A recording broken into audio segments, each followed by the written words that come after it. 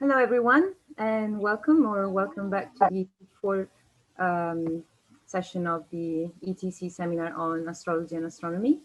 Today's session will be on literary narratives, and I'm very pleased to be introducing our two speakers for today. Without further ado, I will introduce our first speaker, Dr. Caterina Frankie, who obtained her BA and Master in Ancient Greek Literature at the University of Bologna, with a thesis on the Alexander Romans and its transformation during the centuries. She obtained her DPhil in Byzantine literature in Oxford with a thesis on a critical edition of one of the versions of the Alexander Romans. And she is currently a postdoc in Bologna, working on the marginal notes to the manuscripts of Aeschylus's tragedies, and has worked in Paris and in Thessaloniki as well. So, Caterina, whenever you're ready. Hello, thank you, Flaminia, and thank you for everybody for inviting me. As Flaminia said, I was in Oxford for quite a time, quite a few years, and being back also in this a bit weird way, since I'm in Italy now, it's an honor, and I'm very happy to be here. And so thank you to the organizers for being amazing. My paper will be on astrology and astronomy, basically, on stars, planets, and signs in the Alexander Romans.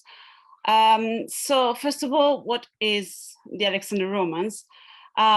It's a very weird question to answer, because there's not a real explanation of what it is, because for ancient times, Romans doesn't not mean especially like the Romans as the novel as we are used to now. So what I always say is that that Alexander Romans is basically an historical novel on Alexander, of course, which starts from the basis of history, like it has a historical basis, and then it goes on and on to find other meanings, other cultures, and to travel during the world and during the centuries, travel around the world, and being in some way transformed during the centuries and in various places. For example, this text, which originates in Greece, obviously, has been translated also in Syriac, in Armenian, in Hebrew, also in Malaysian language.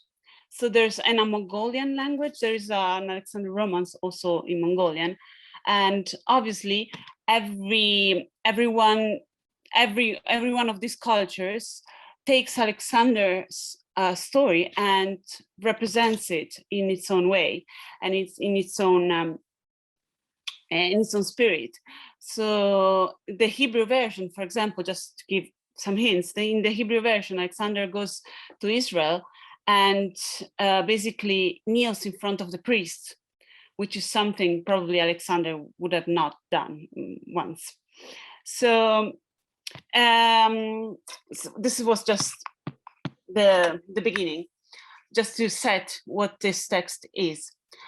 First of all, Alexander in the Alexander Romans is not son of Philip.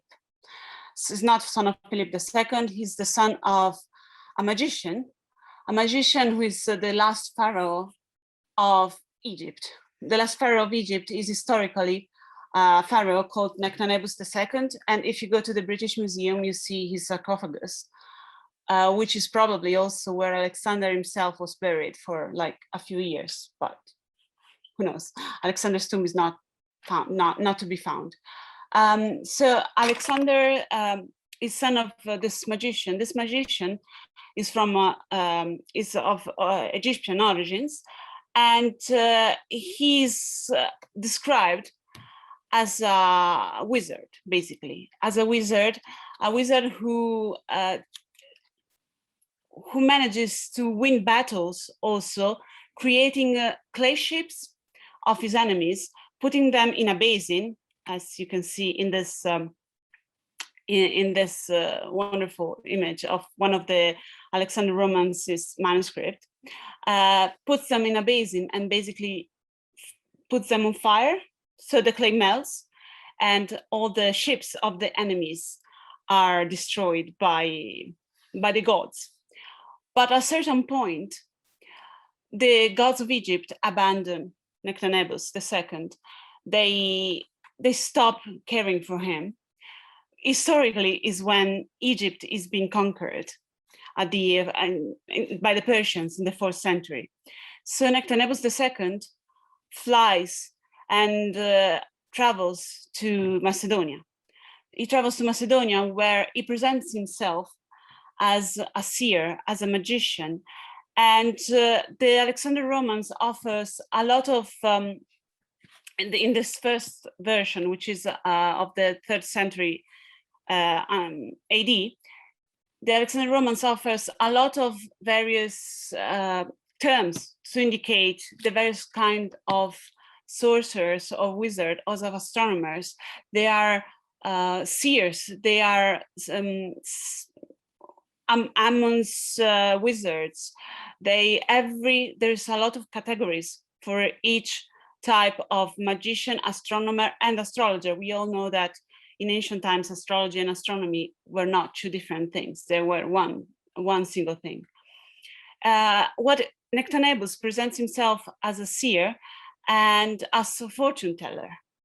So if he gets famous and more famous in Macedonia, and at a certain point, there's a woman who presents herself to him and says, I need your deeds, I need your knowledge, because my husband is afraid that I will not be able to give him a son.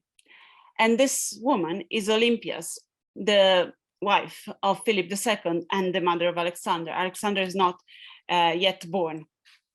So basically Olympias asks Nectanebus for help. And what Nectanebus does is basically to describe in the Alexander Romans, in the first version of the Alexander Romans, he describes the sun and the moon and all the stars.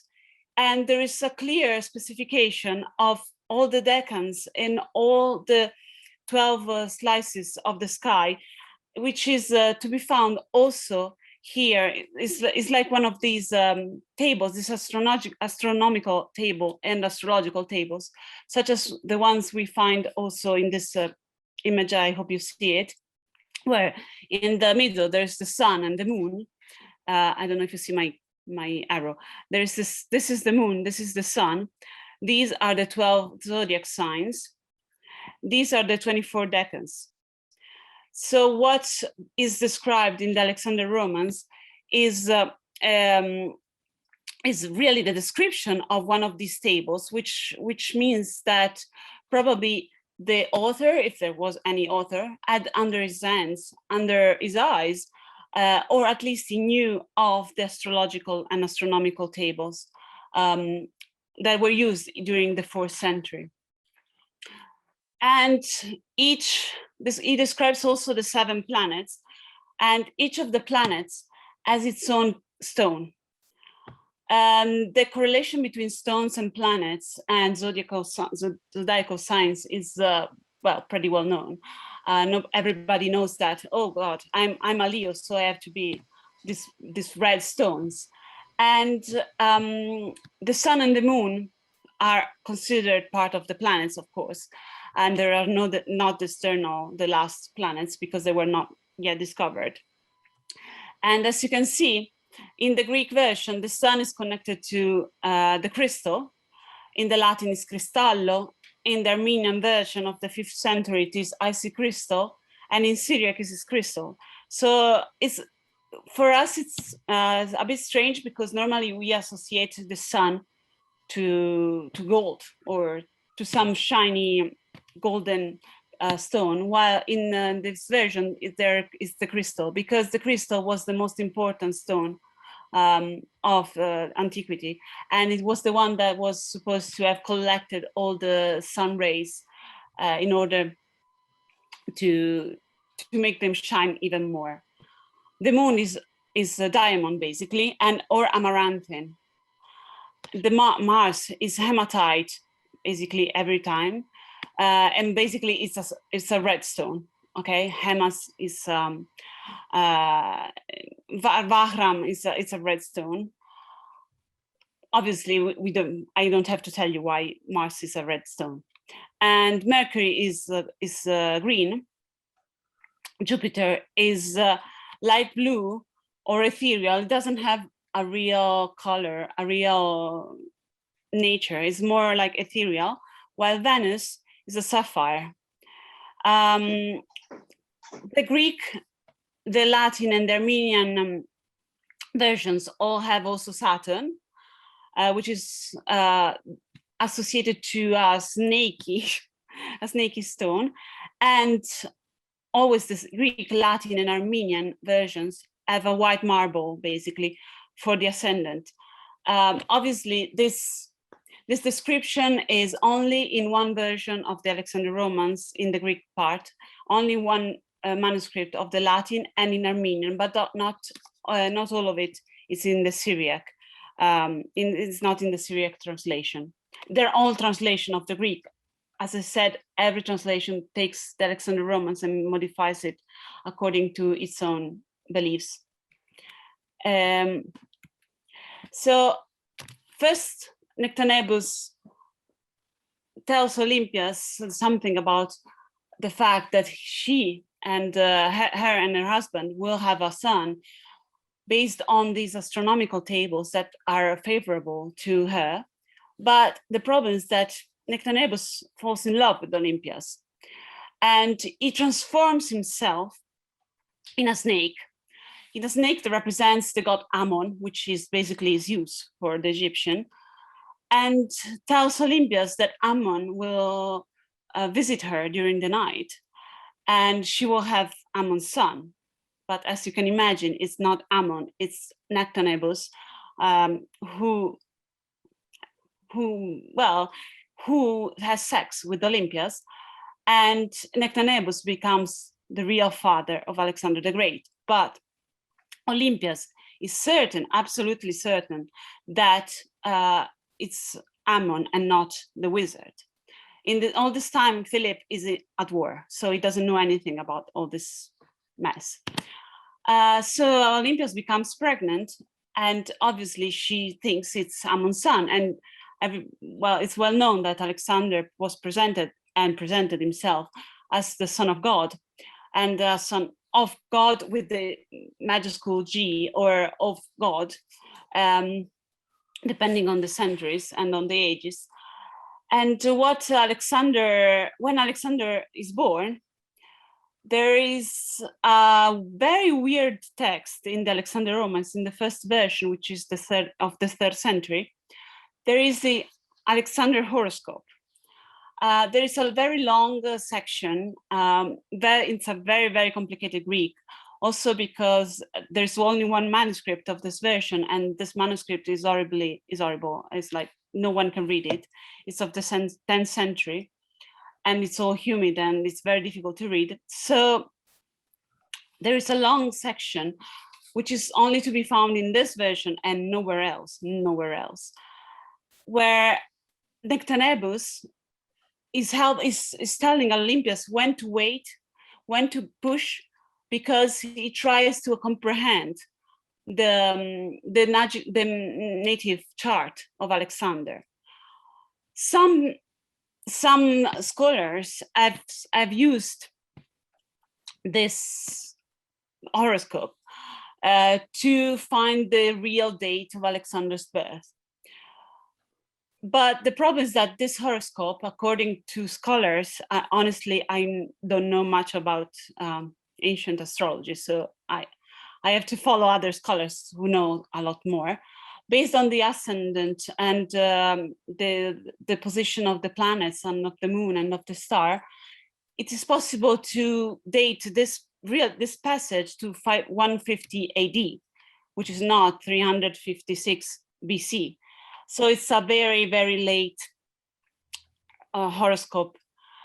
a fake horoscope, because in the horoscope it appears, according to the scholars, that whoever the horoscope is for is not in Greece. So it's really a passage that is put inside this text, which is something that is very common for Alexander Romans, which has a lot of insertions from one part from the other, bringing one cohesive text. But this particular horoscope is not Alexander's. The main point of this horoscope is that Alexander is born under the sign of Leo, under the sign of Sun, and all of the warrior-like planets. So Mars, Jupiter, he has all the great warrior and regal planets. And he's born, obviously, in this horoscope, he's born at dawn. So even if this horoscope is very detailed and very precise and very not of the 356 BC, the main point is that Alexander is born in summer and at dawn.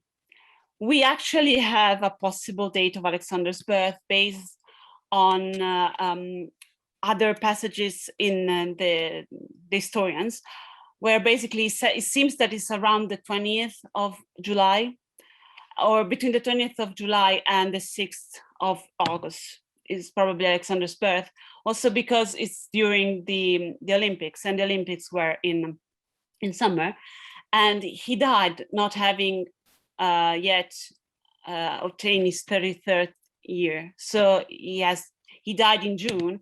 If he wasn't yet 33, it has to be in summer.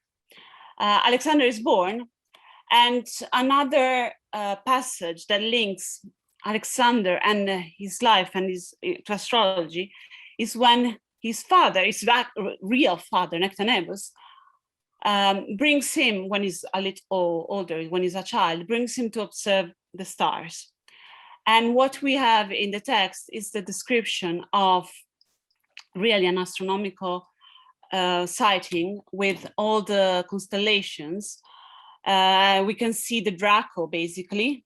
I hope you see it. The Draco, which is one of the biggest constellations in the sky, and the Ursa Major and the Ursa Minor, both very well known, and Leo. He sees all the biggest, the greatest constellations, and Nectanebus shows his pupil because he's the course astronomer. He shows his pupil all the different kind of constellations, and he points them to him. And there's, again, this real description of all the constellation he sees. But at a certain point, Alexander basically throws him in front of him in a shallow grave. Nobody understands why. He kills his father, and his father, Nectanebus, says, I was right. I was supposed to have been killed by my son. And it is at this point that Alexander understands that Nectanebus is actually his own father. Another point that is linked a lot with Alexander is his moment of death after his moment of birth. When this is one of the manuscripts where he sees all the stars, and I don't know how many of you can read Greek, or you can read manuscript, but here, as you can see it, maybe, he shows the sun, Helion. This one is a sign that indicates that it's a personal noun. So Helion, the sun, the moon, this is the moon, Selene, and all the other stars that are around them, all the others, it's a neuter, so all the things that are around these two. Orion, the constellation of Orion, Arcturon, which is the star, Arcturus, in Boötes. Then this is another problem. Andromeda, which is the constellation of Andromeda, and Arcton, which is the Ursa.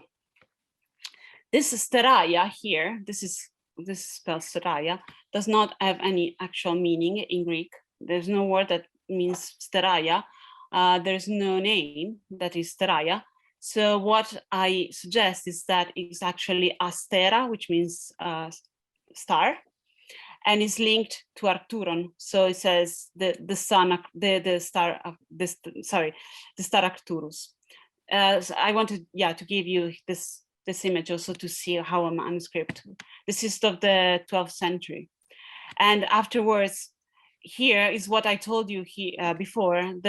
This word is always the sun, Helios, anthrax, which is the anthrax, and Selene Kristallos. This is the description of the different stars and the different stones associated with the stars and the planets.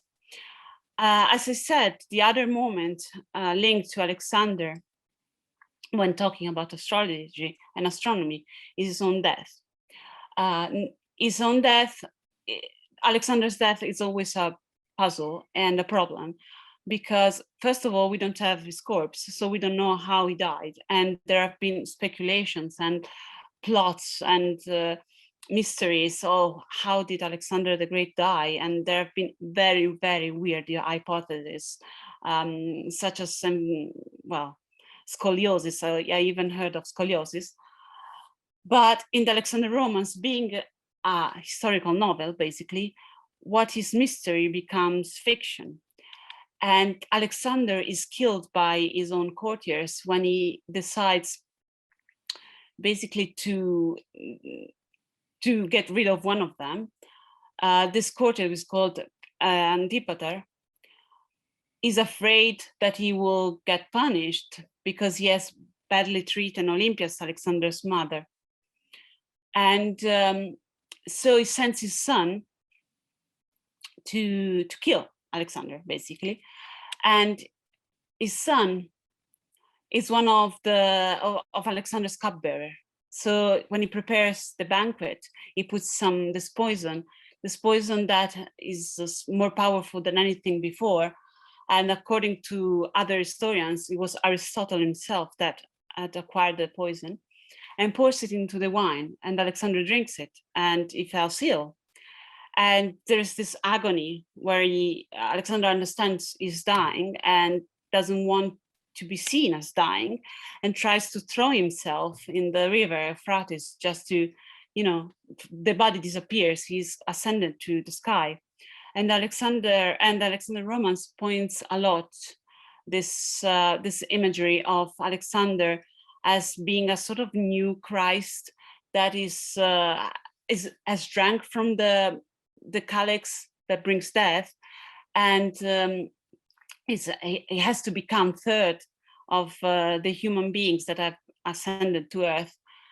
And when Alexander dies at the end, there is the earth shakes. The earth shakes, as in the biblical and Christological scenes. When Jesus dies, there is an earthquake and there's thunder, and everything becomes black, and everything is terrible.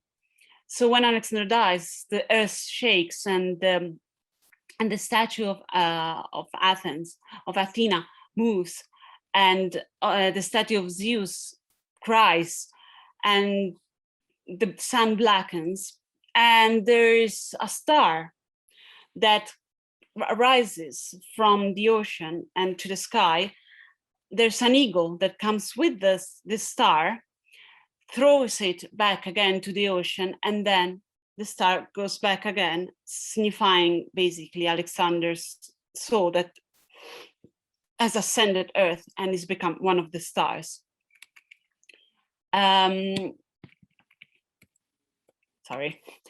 And in the manuscript, that one of the manuscript that recalls this story, this is the same manuscript that is before. It says we saw a miracle. Thauma is a miracle. This is this part here. We saw a miracle, and then there's this weird thing here. I don't know if you see it, which is very, very well preserved, as you can see. There's a per, nobody knows what this is. That comes from apogees, from the earth to the sky. Esuranon, to the sky, going to the sky. And what I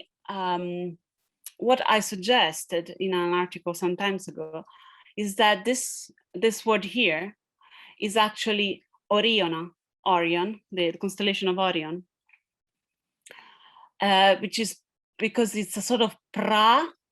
The P and the omega are two very similar letters, and it's a miracle to see Orion rising up because it's June, and Orion is it's a winter constellation. So the miracle is to see the biggest, the most glamorous, the most enormous of the constellation to rise again when Alexander dies. Sort of a goodbye to the most famous kings of the kings. Also because the constellation of Orion in Babylonian calendar and Babylonian astrology is always associated with Gilgamesh.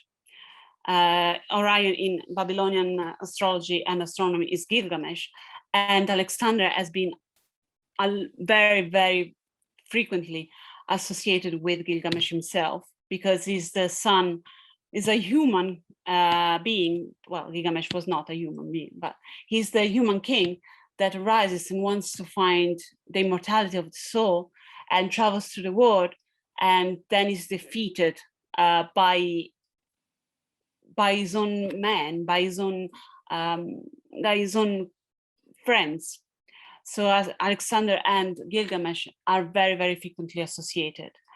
When I was telling you about the constellations of that Alexander was seeing in the telescope, which, by the way, is the real representation of a true telescope. There were no telescopes in the ancient times, but all the machinery is very well represented, and he sees the Draco that you see here, and the Ursa Major, which you find here.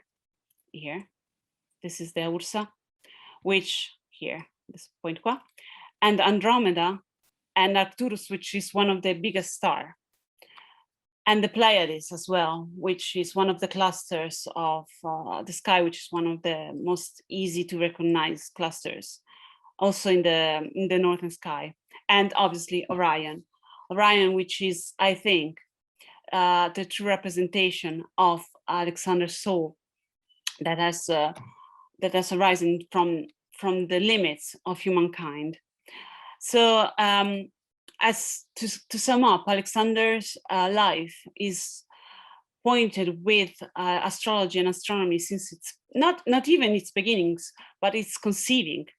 When Nectanebus tricks Olympias into believing that he's Hammon, is the sun, is Ammon, is the snake. But even before that, when Nectanebus tells Olympias that her and Philip's natal charts are compatible, so she can conceive from Philip himself. So he is conceived under the stars. He is born under the stars because there is a great attention to the astrological moment, the right moment when to be born, when the great king can be born, when a great man can be born, when a great warrior can be born.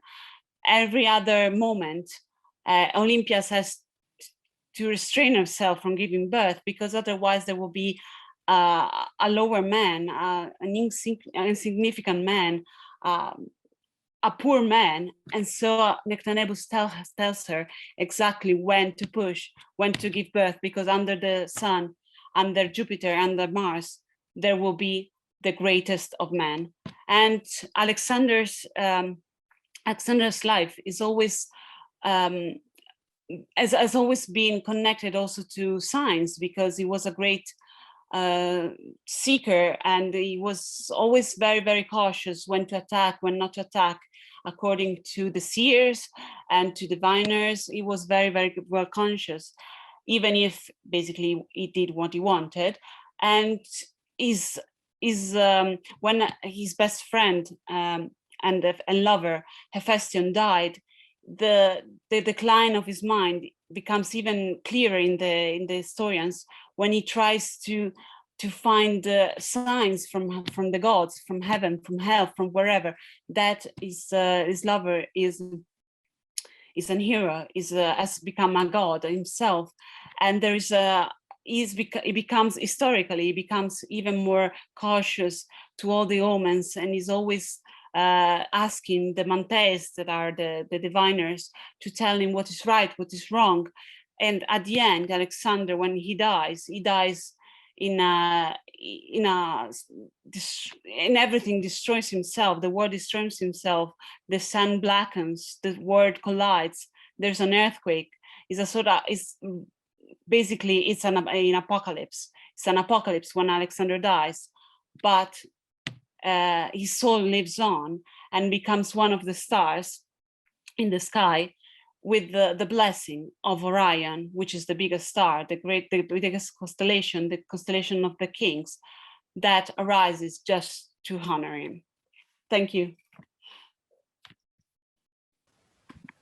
Thank you very much, Caterina, for this beautiful presentation and very passionate as well. So I'm sure there will be a lot of questions, but as I said at the beginning, we will first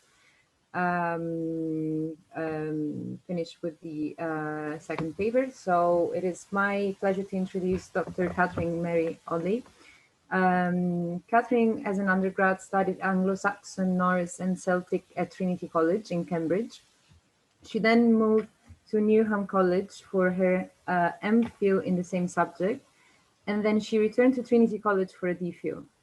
Her thesis explored kinship in Old Norse myth and legend, and she was a teaching fellow at UCL until 2019, before arriving at Oxford for a junior research fellow in medieval studies. So before further ado, please, Catherine, whenever you're ready. Thank you. Yeah, so thank you for the introduction, and thanks to the whole committee for inviting me to speak today. So Adenius Saga is a medieval Icelandic romance, and it's one of what are commonly termed the Riddarasögur. Literally that means that the sagas of riders, or usually it's translated the sagas of knights. And like many Icelandic romances, Adenius Saga is set at some remove from Iceland, both geographically and temporally. So it takes place in Syria, where we're told, Jafnan hefur forðum verið mikill ókyrleikar af herskap og orustum. So where in the past there has always been great tumult from war and battles. I should say these quotations have been slightly but not fully normalized from the edition, just where I couldn't reproduce the exact characters using my Mac. So the episode that I want to explore more closely today concerns the birth of Adenius, the hero of the saga, and the role that astrology plays in his conception.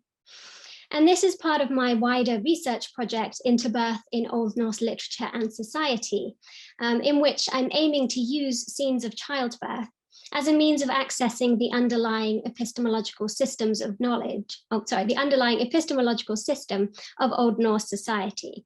So that is to determine what kinds of knowledge and systems of knowledge were most privileged, and how that might enlarge our understanding of Old Norse culture. I don't want to go into my methodology in too much detail, but I'm very happy to answer any questions people have afterwards.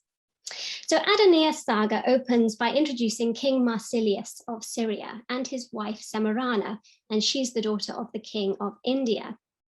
And we're told about Semirana that this is point 2 on the slide, have the numit alla bókliga lista, þær meistara mátti hennar kenna. So she had learned all kind of literary or bookish skills, which the masters or the scholars could teach her. And in particular, we're told in addition, hon var snemma stjörnurins meistara so mikill að engi var hennar líki í þessu fyrirsögðu ríki. Hon vissi af himmintunglagang getnað og fæðing barna og hvað manna þau mundu verða og marga óordna hluti vissi hon fyrir. So she soon became such a great master of astrology that nobody was her equal, was her match in that aforementioned kingdom. She knew from the movements of the heavenly bodies about the conception and the delivery of children, and what kind of men they would become, and she had foreknowledge of many future events. So, armed with this astrological prowess, when the king inquires from her after 5 barren years of marriage whether they are likely to have a child, she's able to reassure him that they will indeed have an heir who will inherit the kingdom when the king meets an untimely death. So it's kind of good news and bad news. You're going to die young, but we will have a child. But there are also some puzzling portents. So the queen remarks on the fact that, and this is number 4, although verða mér þau stjörnumörk öll óljósara að þverleiðast en mér, og þó veit ég that barn eigi fæða má eigi af öðrum getast en either. So she says, and yet all those constellations, all those star signs, which are resulting from you, appear to me darker than those from me. And yet I know that that child which I may bear cannot be conceived of anyone other than you. Now, I'm not entirely sure what she is referring to here, if indeed the saga writer had a kind of specific astrological practice in mind. So are the constellations or the star signs, the stjörnumörk, resulting from someone, their horoscope perhaps?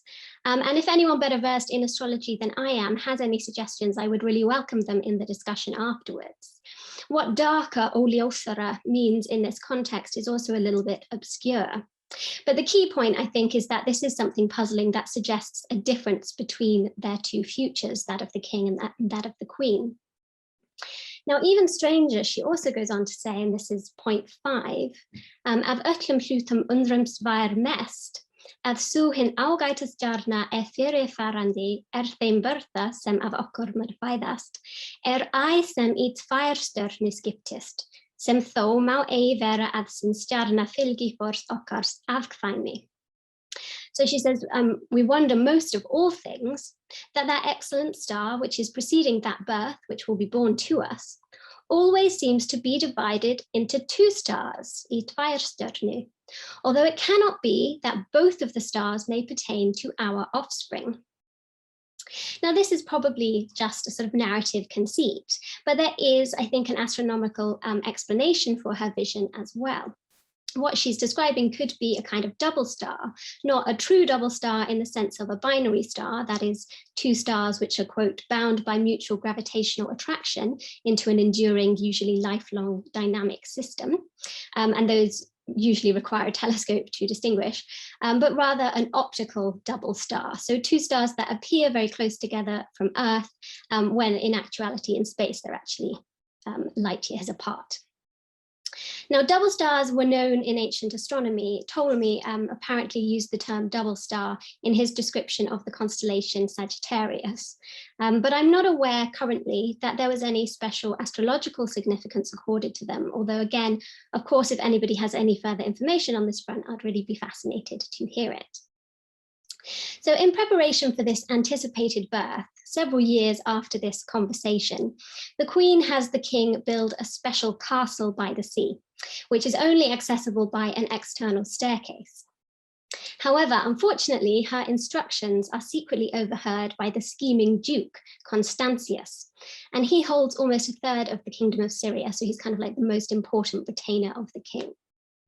And he conspires to take advantage of this planetary alignment to usurp the throne by conceiving an heir with the queen himself. So accordingly, on the night in question, the king is abducted as he climbs the castle steps. They literally kind of put a bag over his head and spirit him away. And he finds himself deposited in a strange room. He's stripped naked and he's put into bed with an unknown maiden. And this woman turns out to be Duke Constantius's daughter, Remedia. And after some reassurances from the king that he doesn't mean to kind of take her virtue, they do end up sleeping together. And meanwhile, at the same time, the queen unknowingly sleeps with the Duke, believing that he is her husband, the king. So 2 pregnancies result. The queen has a son, but the king rejects him, knowing that it can't be his. So he refuses, when the child is brought before him, he refuses initially to name the child. But out of a desire not to shame his wife before the whole court, he doesn't really explain to her why he doesn't want to name this child. He doesn't explain to her the fact that unwittingly this isn't his child. And so the Duke steps in to name the boy Constantinus. And he's raised as Marsilius's heir, but of course Marsilius doesn't take very much notice of him because he knows that it's not actually his son. Now, at exactly the same time that the Queen gives birth, Remedia also has a son, delivered in secret. Her father, the evil Duke, has no knowledge of this rival for the throne. And she names this son Adenius. So the meaning of the double star now becomes clear. It denoted not one, but two exceptional births to the king and the queen, respectively, rather than jointly as they anticipated. And also more explicable is the difference in luminosity, since presumably it designates in some way the difference between the two children. The exact connotations of the king's darker constellations is unclear, but it may be significant that in the end, after much further scheming and fighting, it is his son, Adonius, and not the queen's son, Constantinus, who ultimately comes to rule over Syria after overpowering his rival in single combat. At the end of the saga, Constantinus ends up a duke, just like his biological father before him. And Constantius, the evil duke, is suitably punished for his crimes by being mutilated and then hanged.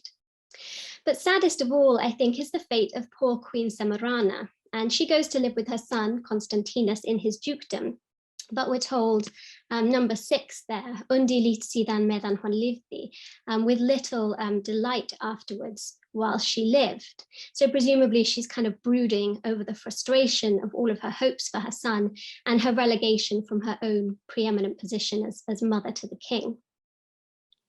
Now, the association between childbirth and astrology obviously runs deep in many cultures. As Costanza Gisland-Dopfel and Alessandra Foscati have recently observed, quote, childbirth does not stand alone as an act performed by women among women. It is deeply connected to medical, philosophical, astrological theories on conception and the development of the embryo. Theories developed, studied, and exchanged in a society of men, end quote. But of course, what is notable about Adenius Saga is astrology's very strong association with women. Not only do we have the queen, to whose learning all of the astrological knowledge in the saga is attributed, but Remedia also shows a sort of passing familiarity with the subject. When she's trapped in that room with the king, she's the one to instantly grasp her father's plan. And she has to explain to the king sort of why he's been kidnapped. She tells him number 7 there on the PowerPoint. He's been kidnapped because han mört hert haver frau sagt att þessi tíma mjög tilherligur ágætisgetnaðar lovligt afsprings. So the king has been kidnapped because he, i.e. the Duke, will have heard it spoken of that this time is very proper, very fitting for the excellent conception of glorious offspring.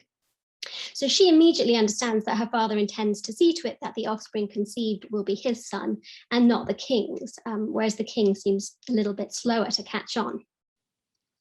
There are also several other astronomically associated female characters in the Riddarasögur. So we have Astronomia in Wilhelm Saga Sjö. She doesn't really do anything to do with astrology, but her name is significant. We have Grekka, she's a Greek princess in Gibbon's saga, and she also is said to have knowledge of astronomia. And she uses this knowledge to select Gibbon for her paramour, knowing the star sign that he was born under, which makes him suitable in her eyes. There's Philotimia from Blauland in Dino Saga Dramblauta. She's learned the 7 arts and she has knowledge, we're told, of Himmentunglagangar or Stjörnufræði öll, so the movements of the heavenly bodies and all astronomy. So as General Dean Barnes has observed, quote, whereas a command of foreign languages is the prerogative of heroes, expertise in astronomy is the province of princesses, end quote. And she also has a further example that I was not aware of. In Nítida Saga, the heroine Nítida has been forcibly taken to Constantinople. And Geraldine Barnes describes how she, quote, makes a reference to astronomy as the means of distracting the attention of onlookers while she effects her escape by teleportation, telling them to look up to the sky because from the movements of the stars, much can be learnt about the destinies of men. So I love this. She literally kind of pulls the look behind you and then disappears whilst everybody's distracted. For balance, I should also note that there are many princes and men in the Riddarasöya with the same education in the 7 liberal arts. So knowledge of astronomy and astrology is not an exclusively female thing, but it's certainly not exclusively male either. And when it comes to seeing it practiced as a discipline, rather than just reeled off in a kind of educational summary, women, I think, certainly seem to have the edge over men in these sagas. However, so far, there's only been one analogue found to Adenius Saga's astrological conception. So Margaret Schlauch in 1934 noted that the planets are similarly consulted in another medieval Icelandic romance, Sigurðar Saga og Valbrands. Now, what's particularly striking about this parallel is that it's again the queen, in this case, a woman called Clatiana, who's the sister of the king of Miklagarða, that's usually identified with Constantinople. It's again her who displays the astrological knowledge. So she's said to have learned Atlasjó höfuðlista, so all of the 7 principal arts. And it's she who informs her husband when eru öll himintungl í mesta máta til getnaðar. So all of the heavenly bodies are in the best position for conception. Interestingly, though, in this instance, the queen's knowledge is backed up by other, presumably male, astrologers and wise men, stjörnumeistara or spekinga, both of them there in the accusative masculine plural. And they're summoned after the queen has given birth to confirm the prince's auspicious future. So in this case, there seems to be a kind of extra confirmation of the queen's predictions. But in Queen Samarana's case, of course, what is most striking is that in spite of all of her learning and all of her astrological knowledge, which is supposedly matchless, she's unable to anticipate the Duke's evil plot and prevent herself from being displaced as the mother to the future king of Syria by Remedia.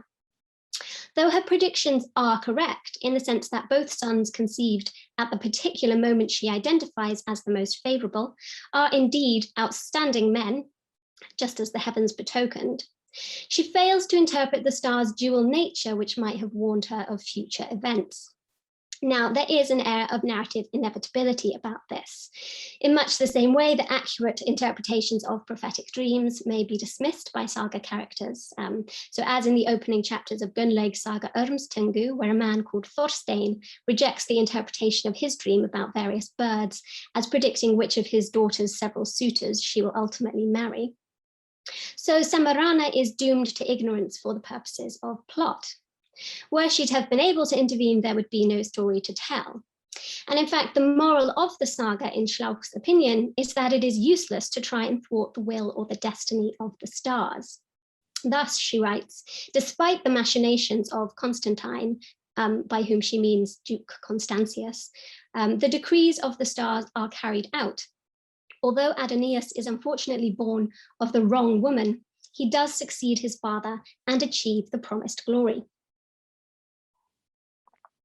Schlauch's summation seems, in my view, however, to have slightly missed the point. The decrees of the stars are carried out not, I think, in spite of the Duke's machinations, but rather always included and foretold his machinations, if only the Queen had been able to properly interpret them.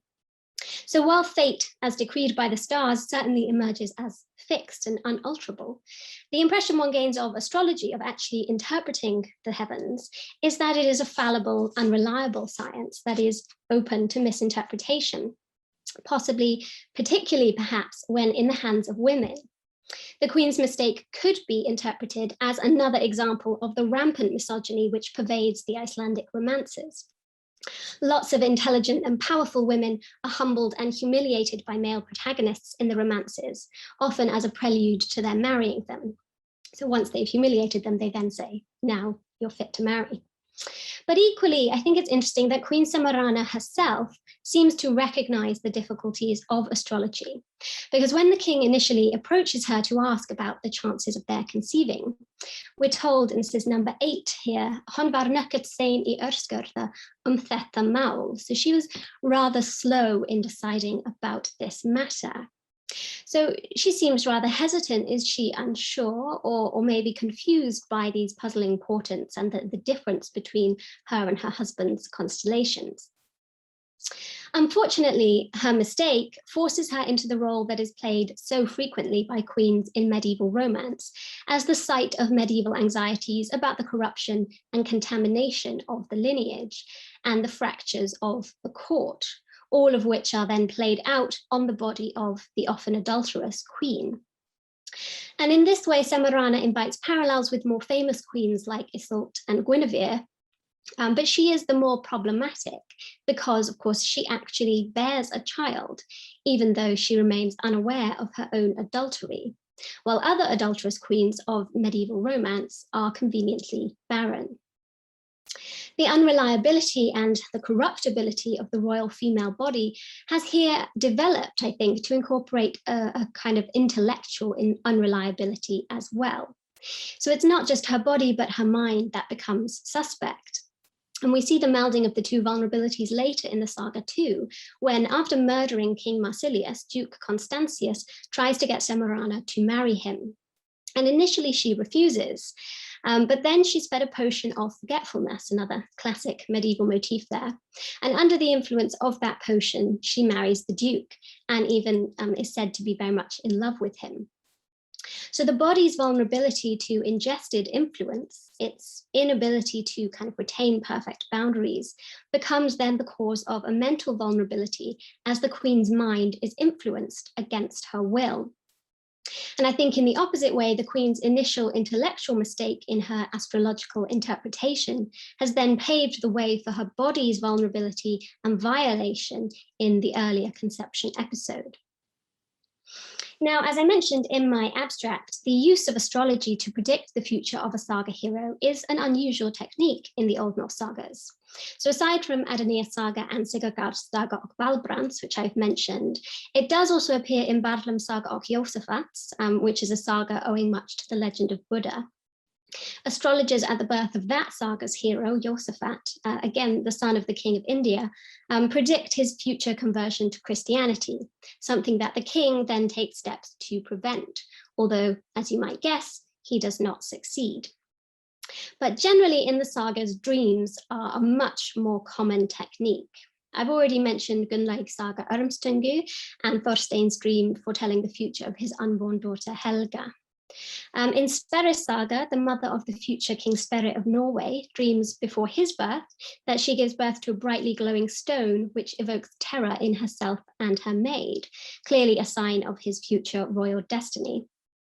And in Ector's saga, another Icelandic romance, the mother of Ector has a vision during her labor of the legendary Trojan hero of the same name.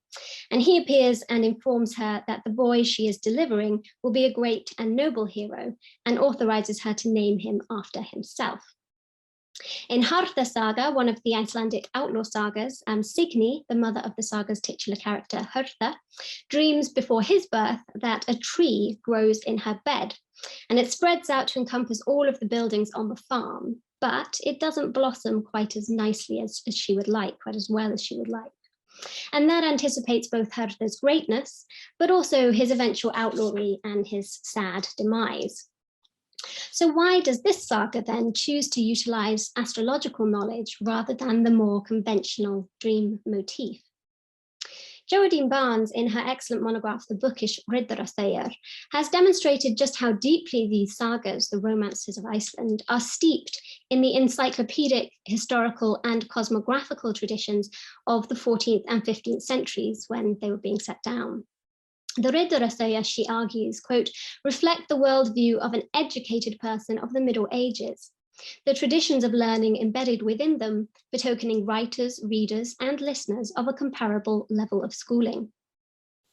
Adenius Saga is no exception to this, beginning in one manuscript version, AM 593A quarto, with a moral prologue which includes two of Aesop's fables, unattributed, that of the fox and the raven, and that of the wolf and the lamb. And that's before a second historical prologue, which is the start of the saga in the other manuscripts. And that prologue recounts the division of the world between Noah's sons and other historical items, including the conquests of Alexander the Great. And it's only in chapter 3 that the plot of the saga actually commences. So the astrological knowledge in the saga is one reflection of this bookishness, as Barnes has termed it. Astrology is consistently associated with foreign lands in the Ridder foreign queens like Samarana, a princess of India, or Greca, a princess of Greece, or Clatiana, a princess of Miklagartha, reflecting an awareness, I think, that this is something imported, maybe a little bit exotic, is not conceived of as a kind of indigenous knowledge, but rather it's part of a learned encyclopedic tradition. And there are manuscripts testifying to the presence of this astronomical and astrological knowledge in Iceland. Mainly, it has to be said, it's kind of computistical and calendrically focused. So they're up on the slide, GKS 1812 quarto, AM 732B quarto, and AM 624 quarto. But from the perspective of my own project, what does this short kind of study enable me to say? So I think that it enables me to say that while childbirth is certainly bound up with astrological ideas about conception, and that this certainly was one system of knowledge present in some Old Norse narratives about childbirth, it's neither habitual, a kind of key aspect of the experience of childbirth in that culture, as demonstrated by the fact that astrological knowledge just appears in so few birth narratives, nor I think is it particularly privileged as a system of knowledge, demonstrated in part by its depiction in Adenius Saga as quite unreliable. It's more esoteric, a kind of learned flourish for a bookish romance, but a peripheral and not a central system of knowledge. However, I do think that we can detect the beginnings of a pattern in the intertwining of childbirth and landscape to which this saga contributes. Landscape is a key feature of lots of childbirth narratives, from Gungu Saga, where childbirth takes place in an elf's dwelling under the hill, and that's arguably a kind of geographical parallel for the womb itself, to Vatnsdæla Saga, where childbirth happens beside the river Vatnsdalr, and that becomes a symbolic moment of settlement and land claiming. And Robin Waugh has discussed the links between landscape and particularly child exposure narratives, which I think is another aspect of the same broad phenomenon. In Adenius Saga, it is instead the heavenly landscape that becomes intertwined with conception and birth. But I think we're seeing the same kind of pattern, hints of a holistic system in which childbirth is not an isolated, but very much an integrated event. And as the project continues, I hope to be able to see how this pattern develops. So thanks for listening. Bibliography is on the slide, but of course, if anybody wants a longer look at it, then please just email me and I will send you any references. Thank you, Catherine. Thank you very much for yet another beautiful paper. So again, I'm sure there will be a lot of questions, but before I open it to Q&A, I will briefly recap our ground rules for those who are new. You can also have a look in the chat. So basically, we ask you to either type question, new question, or follow up in the chat room. However, if you don't feel comfortable in speaking on screen, or if you have any technical problem, or if you're in a public place, you can indeed type the full question in the chat, and I will be, I will read it out loud for you. Then please wait until I call out your name, then you can unmute yourself and you can ask your question directly to one of the speakers. Follow-ups will be prioritized over new questions. And of course, the two speakers do not need my prompt to speak. So whenever you have comments or questions for the other, you can feel free to just jump in. All right, please, if you have any questions, do type in the chat.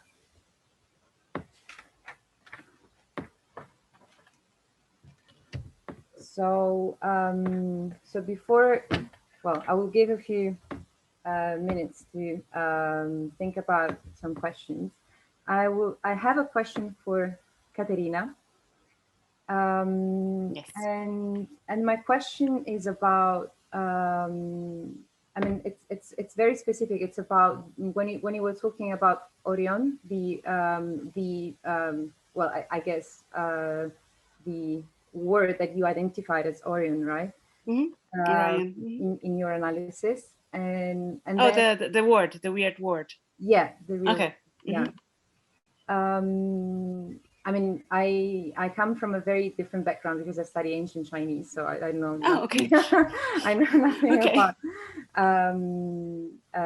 ancient Greek. But you were talking about these sort of association between Alexander and Gilgamesh, and I was wondering if this astrological influence that is apparently very common influenced your interpretation of the word, or it is very explicit in the text itself.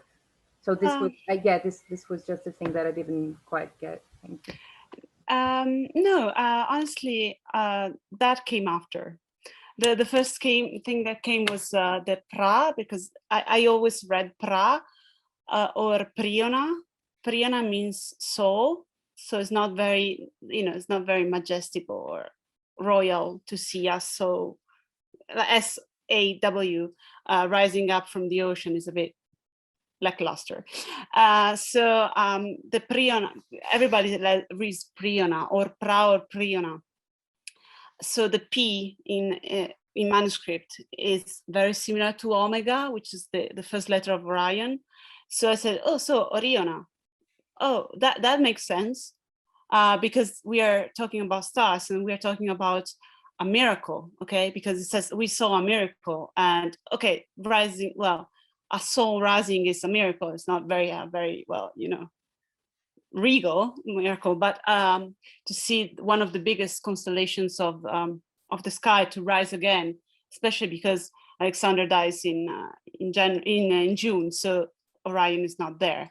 And then this was my beginning point, and then the association with Gilgamesh came afterwards. But yeah, so it was like, oh yeah, that's true, Gilgamesh. Also because in the romances, well, Gilgamesh is a romance, if you want. So they all speak one to the other, and the romances, the Alexander romance, has a lot of Oriental background, and you can have a lot of Oriental points in the Roman itself that really speak to ancient Egyptian and Babylonian times. So yeah, it could have been also for that, but my starting point was because the paleography said Priona, and Priona makes no sense, basically. So I thought it could have been Orion. Right. Okay. Thank you. It's more physical. It's less intellectual. Yeah. No. I mean, I get what you mean. You studied from a sort of paleographical nonsense. Yeah. Exactly. And you made the association. Yeah. It makes absolutely sense. Thank you. Thank you. So we have 2 questions. The first one is from Max. Hi, thank you for both of those papers. They were really great. I'm going to direct a question at Catherine, but I think the question is probably going to be able to be answered by both. So I guess I have a point and then the question, really. When you were talking about the 2 births, with one being light and one being darker, it seems that this invokes ideas of race, which are really important at the beginning of Heliodorus's Aethiopica. To do with the way that Chariclea's mother looks at a picture of Andromeda, and therefore Chariclea ends up being born white and not black in the kingdom of Ethiopia. So that's a really important part of the narrative of that novel, which might be interesting to put against the Alexander romance as 2 ways of thinking of birth. There you have the astronomical, and then this idea of color as well mixing in there. I think that would be interesting to think about.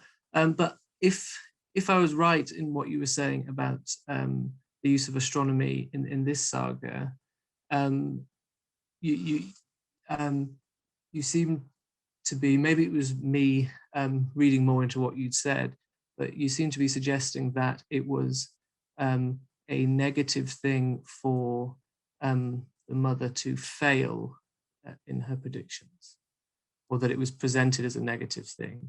And I guess my question would be, with all prophetic strategies within narratives, are they ever interpreted correctly? Do we ever get a story where the point is that it's interpreted correctly first time and we all go home?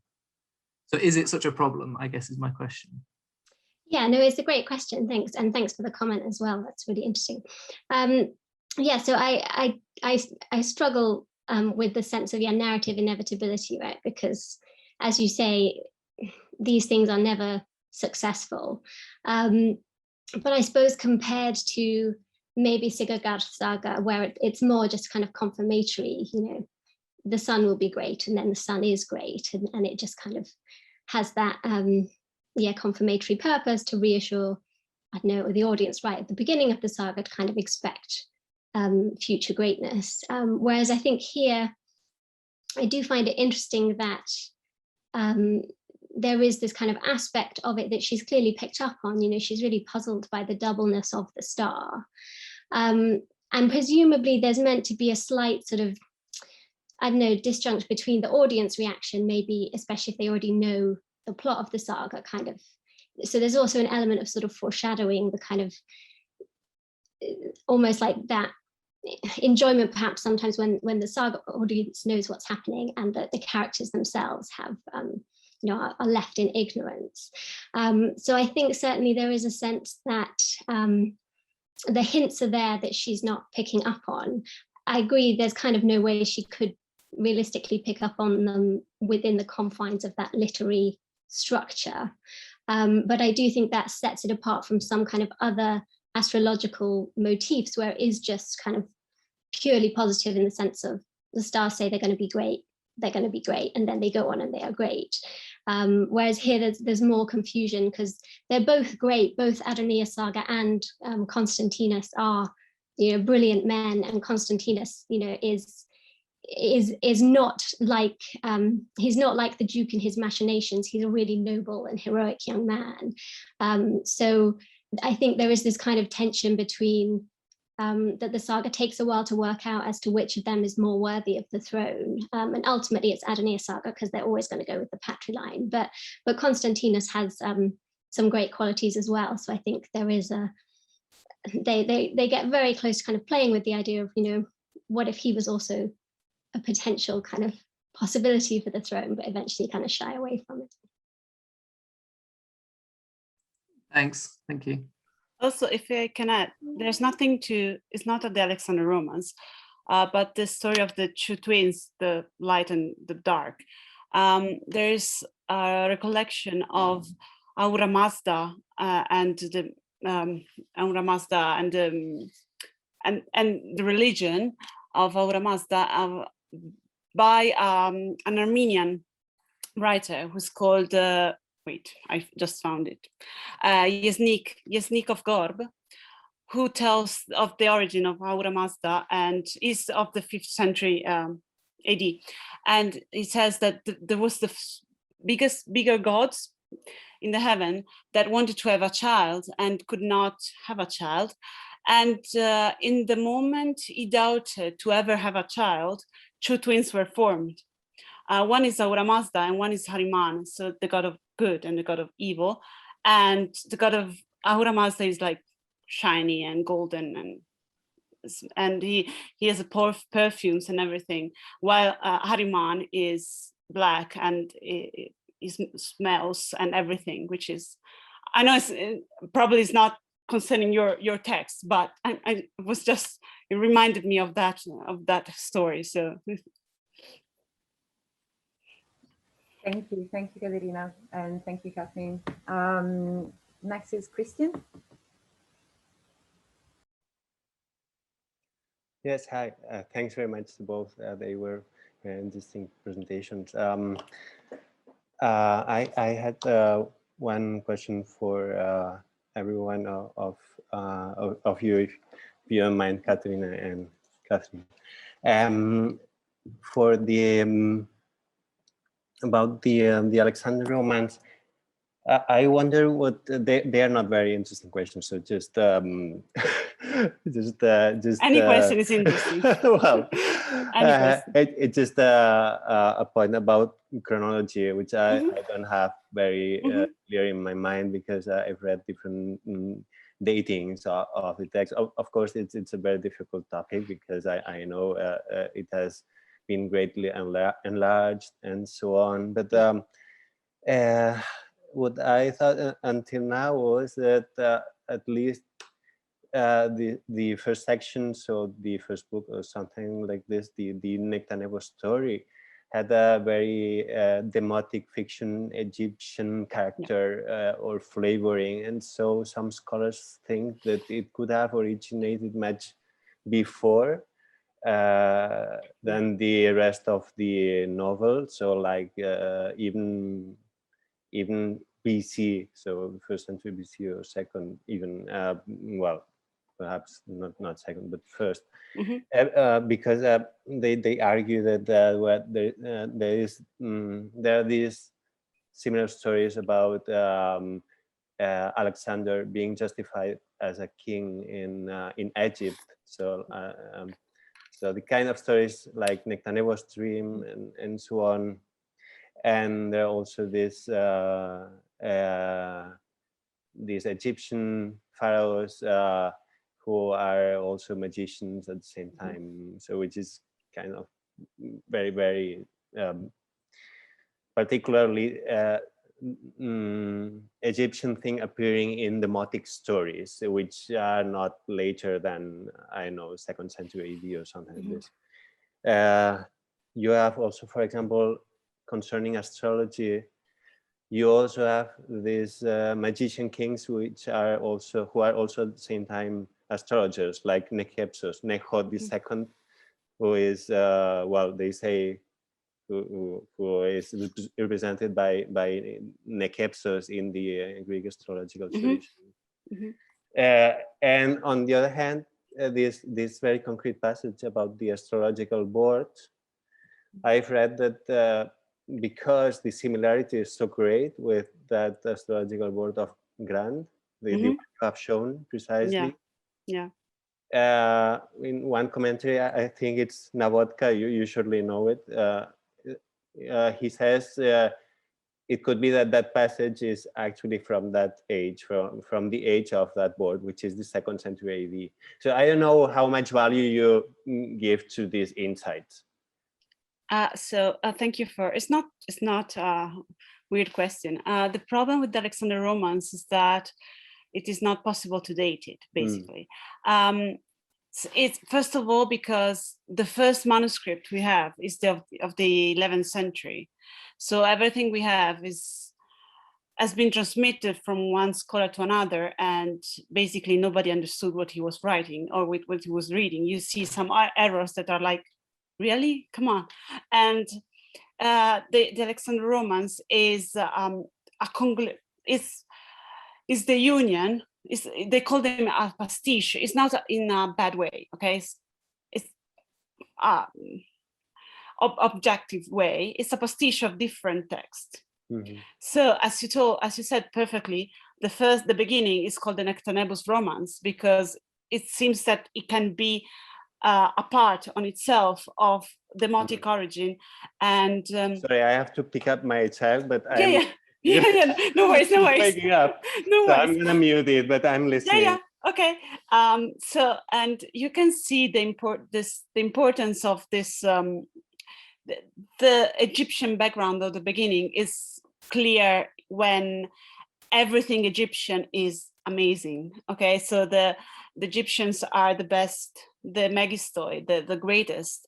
The Egyptian and Alexandria is the greatest city in the world.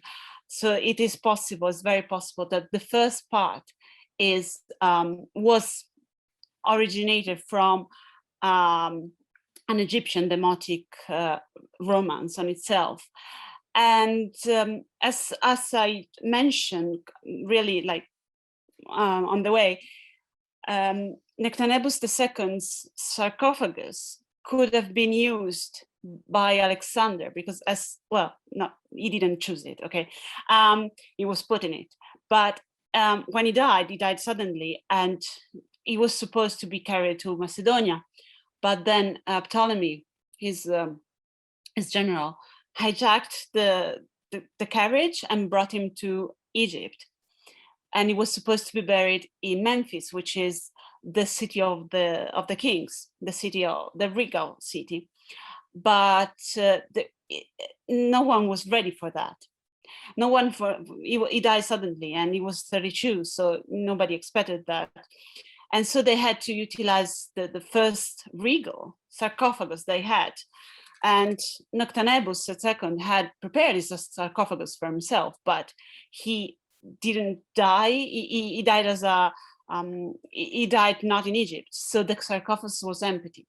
So probably for a few years, just before constructing Alexander's tomb, they used Nectanebus II's sarcophagus to carry Alexander's corpse.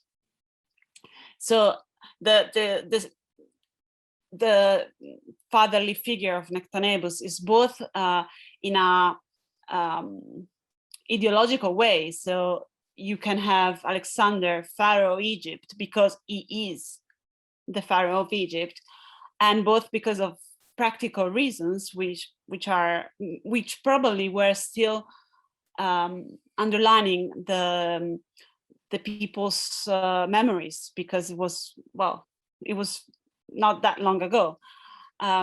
So yeah, the first part is probably of Egyptian origin, and then the horoscope, which is very Greek, can be inserted after. The problem with the Alexander Romans is that there is no dating, because it's an agglomeration of things. So when I say 3rd century AD is when it probably had a sort of collection. It was a sort of text, but there are different texts from all the ages. I think that the real end of the Alexander Romans, there is a testament, which Alexander never did.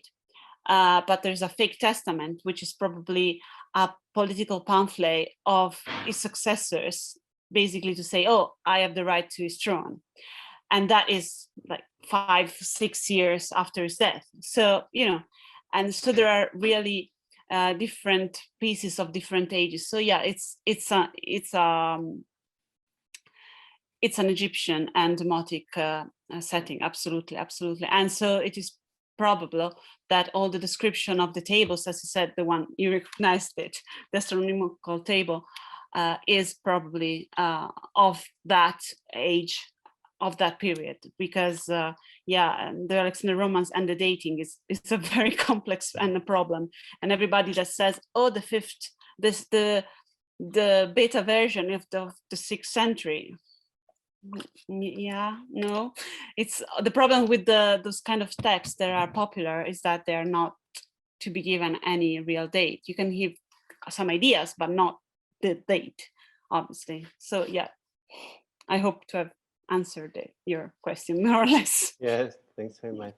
And my question for Caterina was out of complete ignorance of the Norse culture. I was wondering if you have thought about the possibility of the influence by the Alexander Romans, given that we are also talking about the Alexander Romans. I thought it would be nice to just have a thought about that. I know, and related to that, whether you think that the setting in Syria has an influence on the fact that there is some astrology in there. I mean, because of Mesopotamia, obviously, I know maybe it's not the main reason why the setting is in Syria. So as you said, in Syria there were wars and so on, and this is described in the saga, and it's true in Antiquity. It was a land of war, of course. That's that was well known, but I know maybe the setting influenced the appearance of astrology there. But maybe the fact that it's not Egypt speaks against precisely against the influence of the Alexander Romance directly. I don't know. But given that the Alexander Romance enjoyed such a wide distribution, both geographically and chronologically, so I wonder if you can trace any sort of very concrete parallel which can lead to an argument of the influence or not, or whether you have compared to or other I don't know, but maybe it's a very typical motif outside of Norse sagas, the astrology in regal childbirth. I don't know if you have looked around or if you have knowledge about that. Yeah, no, thanks. So certainly other scholars who work more in romance than I do have remarked on this motif's kind of similarity to European romances. And so I think there's certainly, so romance comes to Iceland through Norway, where there's a kind of a period when they're translating a lot of the continental romances, things like the romances of, Tristan and Isolde and some of the Arthurian knights. And then once they have these kind of models, they start producing what are called the indigenous romances that are, based on these kind of, they have a lot of the kind of same tropes in them, like potions of forgetfulness, but they are original narratives.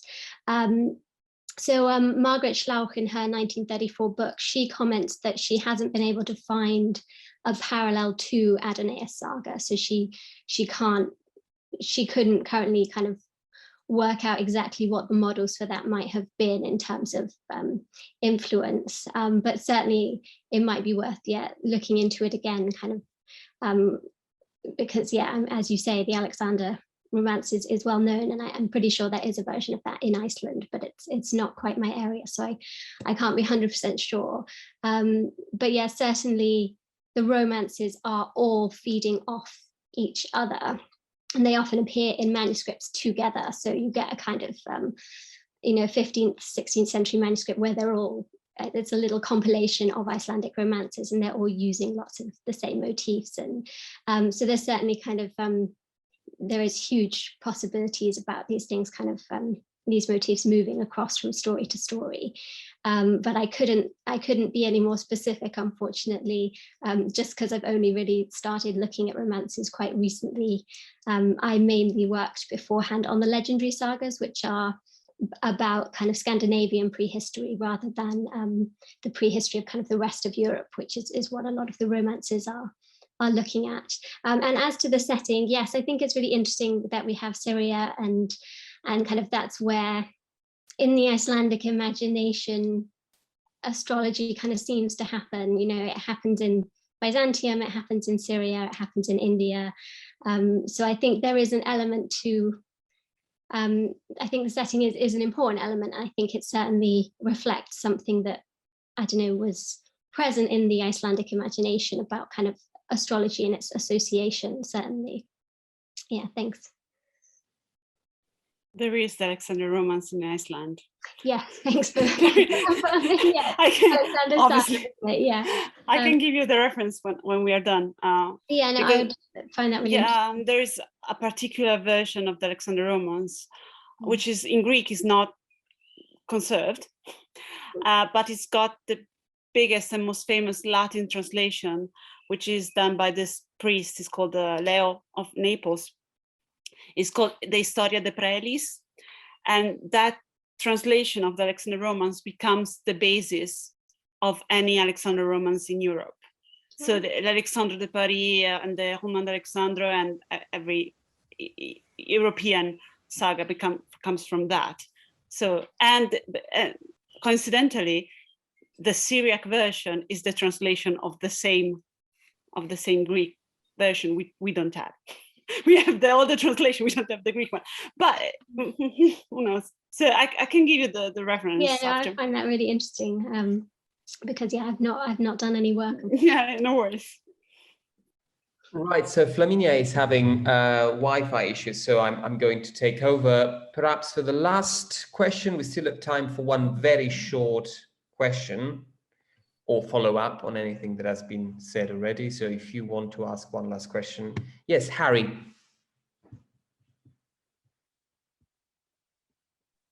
Go ahead. Hi. Oh, sorry, I still got my background from last week. Thank you. Two really great papers. My question's for Caterina. Thank you for I knew that the Alexander romance traveled a lot, but I didn't realize it traveled quite as much as you were saying, and that's so fascinating. And I wondered if you could say a bit more. I mean, I'm sure it's like a huge topic, but I wondered if you could give maybe some examples of how its traveling affects the way that astrology is presented in it. Well, thank you for your question. Honestly, I haven't read all of the translations, but you can see the already in the Greek part. You can the one I was talking about is the first version, the regional version, and the Byzantine one, which is 7th century. The manuscript I showed you is from that version.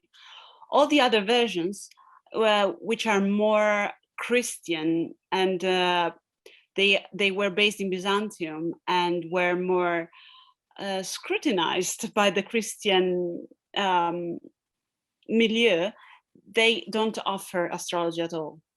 Wow. Well, there are like you can have the stars. The stars are okay, so Arcturus and everything else is okay.